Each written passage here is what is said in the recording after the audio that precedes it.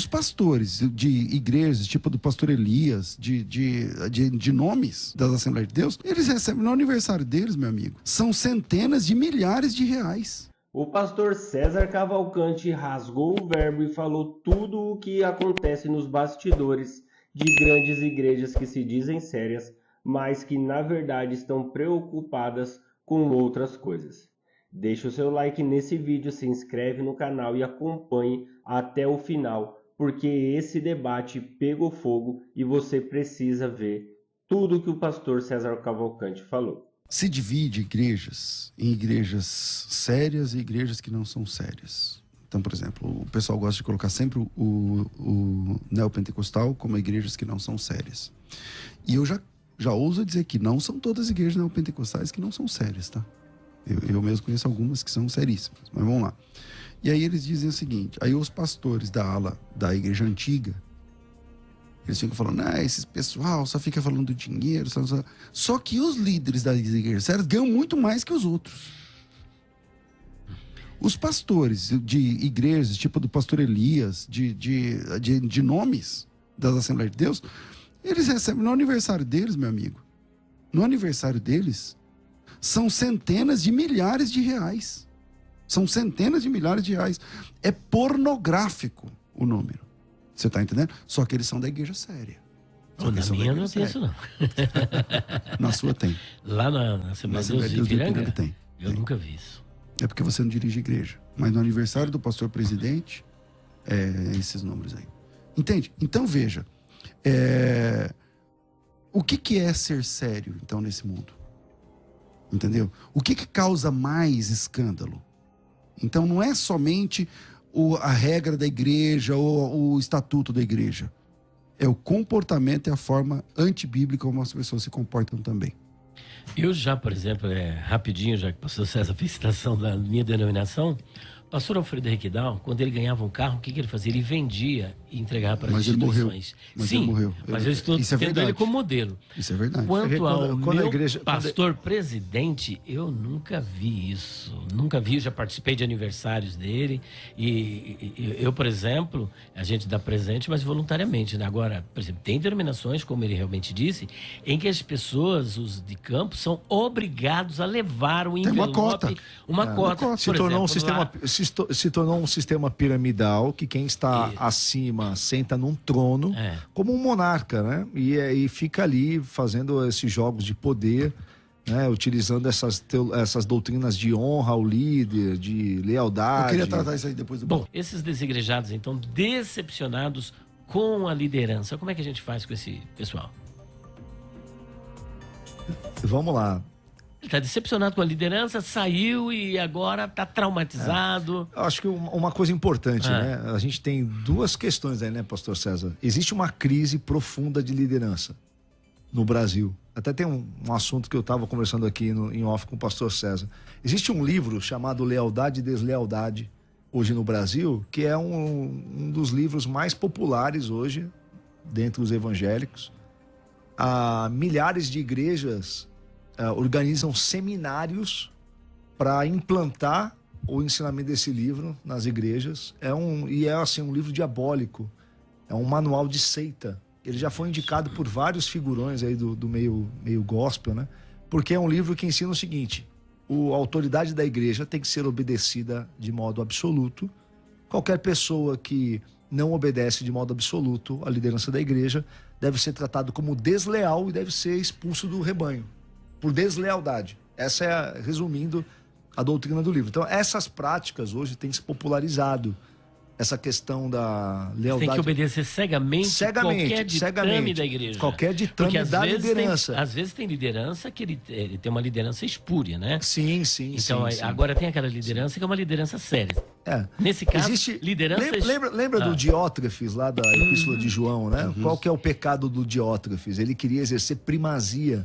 Ou seja, ele queria que o corpo ali fosse para o seu bel prazer, para o seu deleite, para o seu privilégio. E não apenas isso. O pecado do Diótrefes, ele também bloqueava os irmãos a ter acesso às cartas apostólicas. Então, tipo assim, ele fala assim, ó, o apóstolo João, não lembro de que faz tempo que não leio esse texto, mas ele fala assim, tem aí o Diótrefes que ele não nos recebe. Ele não nos recebe, porque ele é líder na igreja, ele quer ter primazia, e ele bloqueava o acesso dos próprios apóstolos. Sim, ele queria ser a única fonte. É dono da igreja. Isso, dono da igreja. Exatamente. E tem isso hoje também. Tudo que tem hoje já tinha na igreja primitiva. Pastor César, uma coisa que eu sempre repito, assim, né? Igreja que tem dono não é igreja, é outra coisa. A gente chama de igreja, não, mas igreja que tem dono... For Jesus, né? Não. É a minha igreja. Eu me refiro dono humano, né? Gente, homem, né? Comedor de feijão com arroz. Igreja que tem homem que come arroz com feijão, que vai no banheiro, né? Que fica doente e morre. Como dono, pode ter nome de igreja, mas não é igreja, é outra coisa. Então, mas o que eu tinha falado no bloco anterior é que, assim, as pessoas falam assim, a igreja... fica falando mal da igreja porque a igreja tem a parede preta. Falando mal da igreja porque a igreja é churche. Não é por aí que se mede a seriedade, cara. Não é por aí que se mede a seriedade. Por quê? São coisas secundárias. Por quê? Porque tem grandes nomes da igreja séria que é tipo um coronel. A igreja papa denominacional, né? Tem coronéis. E esses coronéis, eles estão incrustados na ala chamada séria da igreja. Entendeu? Verdadeiros papas, verdadeiros coronéis. Você já viu esses caras pedindo perdão? Já cometeram injustiça com alguém? Já. Cometeram já comigo, já cometeram com outros. Já viram alguém chegar e falar assim, meu irmão, me perdoa, me desculpa, não sei o quê. Não, então esses caras são inerrantes. Esses caras são milionários, multimilionários. Como é que você explica um cara que é pastor de uma igreja Assembleia de Deus, que tem uma casa aqui, outra nos Estados Unidos, outra na Austrália, outra não sei o que lá. Sendo que ele nem tem segundo grau completo. É um monarca, né? É um papa da Idade Média. É um presidente de uma multinacional. Você tá entendendo? Então, a gente tem que pensar fora da caixa. Entendeu? Pensar fora da caixa. Tem desigrejado que eu tiro meu chapéu. Pastor, saí porque não concordo, estou procurando uma igreja e faz 2 anos esse processo. Aí eu deixo meu conselho. Ore, comece a visitar igrejas de verdade. Porque se você ficar em casa esperando cair do céu, o anjo não vai lá e falar, sua igreja próxima é essa aqui. Não vai. Então vai congregar, faça o circuito dentro da igreja. Pesquisa, né, pastor César? Participe de meia dúzia de cultos daquela igreja, ora. E saiba, você nunca vai achar uma igreja perfeita. Se você achar uma igreja perfeitinha, sabe, branquinha, pequenininha, não entra nela, não entra nela. Não, se você entrar, estraga tudo. O dia que você entrar e falar, eu quero ser membro, aí estragou. Estragou a entendeu? igreja. Então, não tem igreja perfeita e vai visitar, ora, e Deus vai te apresentar um lugar. Pastor Tiago, o que seria uma igreja séria hoje? Porque nós temos aí milhares de denominações, inclusive aquela liderança que às vezes não concorda com a liderança, ele abre a igreja para ele poder... Sim. Ele toma quer ser dono da igreja. Ele fala assim, eu não quero me submeter à liderança, então eu vou abrir a minha igreja e vou fazer do jeito que eu quero, porque eu não tenho que prestar conta para ninguém. Aí ele vai pecar, ele vai assediar, ele vai fazer e acontecer. Hoje temos muitas igrejas assim. O que seria uma igreja séria? Onde a pessoa realmente vai crescer, vai estar num passo... Porque, assim, o pastor que deixa de assumir, de exercer 2 funções principais de um pastor, prover e proteger, ele se torna uma ameaça para o rebanho. Porque ao invés de oferecer, de ser o protetor e o provisor, ele se torna um predador, como é denunciado ali em Ezequiel, capítulo de número 34. Então, como é que o senhor vê essa questão de uma igreja séria? Um conselho é para o desigrejado. Procura uma igreja séria. Como que é essa igreja? Eu começaria da seguinte forma. Uma igreja que tem um vínculo com alguma tradição teológica respeitável. Não importa se é uma igreja pentecostal, se é uma igreja reformada, mas algum vínculo com uma tradição teológica respeitável. A pessoa tem que verificar se as bases teológicas da igreja são realmente os mestres do cristianismo ou se são os devaneios do seu guru, do seu dono. Isso tem que ser observado. Segundo, o próprio preparo, não só teológico, mas emocional, a vida familiar do líder dessa igreja ou da liderança dessa igreja. E quando isso é dissimulado? Às vezes o líder aparentemente parece que é são, precisa mas ele conviver, sofre algum transtorno de personalidade, porque geralmente esses psicopatas, que agora minha filha disse que não é psicopata, é transtorno de personalidade narcisista e tal, eles aparentam ser as melhores pessoas, mais inteligentes, Sim. E só que por trás sedutores, disso... inclusive. Sedutores, só que por trás disso tá um cara maquiavélico, um cara maligno, voraz, um lobo destruidor. Precisa observar. É difícil, né, pro membro, Sim, né? precisa observar. Precisa verificar se a igreja tem... Precisa verificar se a pessoa pode ter acesso ao estatuto, à declaração de fé, se a igreja é transparente financeiramente, se a vida comunitária é sadia, né? Tem vários aspectos, né?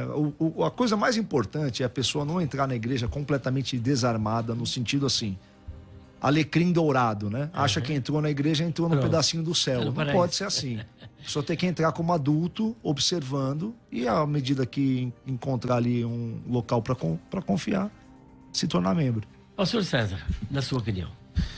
Eu só tenho essa ressalva de que se você procurar perfeição, só tem uma igreja perfeita, que é a Assembleia dos justos lá, incorruptíveis, que é a igreja invisível de Cristo. E essa é sem mancha, sem ruga, porque lá em Apocalipse capítulo 19 diz que a igreja se preparou e as vestes brancas são as justiças dos santos. Então é esse pessoal que vai participar das bodas do Cordeiro, é a igreja perfeita. Mas enquanto esse dia não chega, enquanto a última trombeta não toca, enquanto esse dia não vem, a gente tem de trabalhar aqui embaixo mesmo, com irmãos que amam a Deus, mas que falham, como nós também, porque nós também falhamos. Nós também falhamos. Eu e o Elias temos uma amizade de 20 e tantos anos, 25. E a gente já pediu perdão um pro outro algumas vezes, não é? Algumas vezes, porque a gente falha. A gente falha. Então, eu acho que os irmãos tinham que ser um pouco mais parcimoniosos com as falhas das pessoas, porque nós também falhamos. E aí você tem que fazer essa conta. Será que eu estou num grupo que a falha é a regra? Então você procura uma igreja séria, uma igreja de verdade, onde as pessoas falham e se acertam. Porque essa é a ideia da igreja. Quando Jesus disse, quando tiver 2 ou 3 que eu citei aqui, que é num contexto de igreja, é justamente uma falha de um irmão. Ele está dizendo, como é que a gente trata a falha de um irmão? A gente trata a falha de um irmão assim, ó. Você vai até ele, conversa, depois não conseguiu, chama mais pessoas, conversa, depois não conseguiu, conversa com a igreja, tenta resolver, depois não conseguiu, então tá bom, então ele não é mais irmão. Agora, trata ele como gentil, como um cara que não é irmão. Ele tá fora da igreja. Então o contexto que os desigrejados gostam de falar 2 ou 3, Jesus está dizendo, esse cara tá fora desse povo. Beleza? Agora, se diferente disso, é só ficar achando defeito nas coisas. Então, eu vou achar defeito na sua igreja. Você vai achar defeito na minha igreja. Eu vou achar defeito da igreja do Elias, ele vai achar defeito da nossa igreja. Agora, esses defeitos são contornáveis? A gente está disposto a falar, não, vamos agir como irmãos e vamos tocar para frente. Porque ficar só falando mal, só adoece, dá mau testemunho.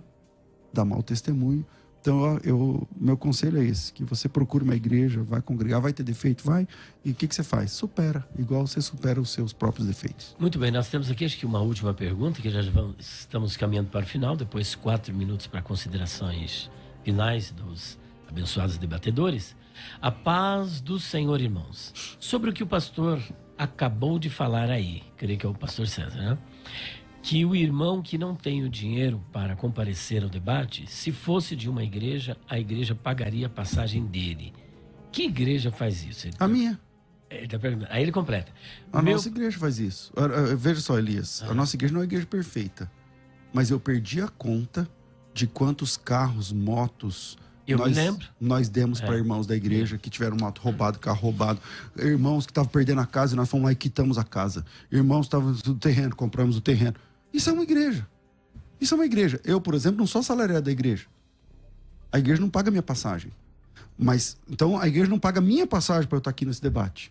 Eu não ganho dinheiro da igreja. Porque eu não sou... Mas não sou contra ganhar também, não. Eu acho que, como eu não tenho tempo integral na igreja, eu não acho certo a igreja me pagar um salário. Então, eu não tenho o salário da igreja. Eu sirvo por amor.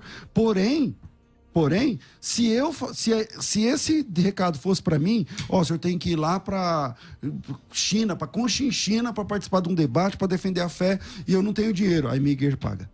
A minha igreja paga. E aí, pastor? Não, eu concordo com isso.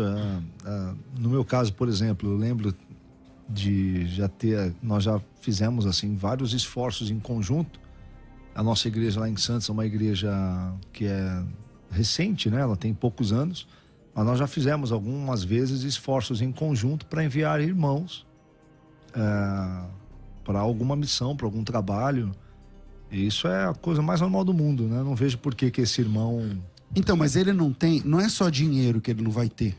Uma comunidade, né? Não é só dinheiro. Uma Porque comunidade dinheiro que o respalde. é a coisa mais barata que a comunidade oferece, é dinheiro. É. Mas ali você tem companheirismo, você tem conselho, você tem oração, você tem alguém para se abrir, você tem comunhão. Isso não tem preço, cara. Isso não tem preço. E a comunidade da fé oferece justamente essa... A comunidade da fé é terapêutica. Igrejas saudáveis curam. Exatamente. Muito bem, nós estamos aí caminhando para o final e só concluindo, não é pecado, não é proibido um pastor ter salário. Isso é bíblico. Não, eu me coloquei a favor, justamente. exatamente. É bíblico o pastor ter o seu salário. Agora, o que está sendo discutido aqui é esses exageros, né? Eu já cheguei a ouvir um pastor, eu ganhava em tal lugar 42 salários, aqui estou ganhando 25, mas eu vou voltar a ganhar os meus 42. E não é nada, tá, Elias? Isso não é nada. Não é nada ainda, né? Não é Meu nada. Deus. Então, existem os exageros, existem os exploradores da fé, e eles vão prestar conta diante Isso, de Deus, exato. em nome de Jesus. É que Amém. aqui eles estão Amém. incólumes, mas diante de Deus vão ter que responder pela exploração da igreja, né? Qual a sua opinião sobre o tema que foi abordado neste vídeo? Você concorda com o pastor César Cavalcante? Você já viu de perto tudo o que acontece nos bastidores de grandes denominações que se dizem sérias, mas que estão preocupadas com outras questões? E qual o seu ministério? Você faz parte de um ministério sério que procura seguir os mandamentos do Senhor e realmente faz aquilo que o Senhor Jesus nos ordenou? Obrigado por chegar até o final desse vídeo. Deixa o seu like, se inscreve no canal para você acompanhar mais vídeos que vão edificar a sua vida.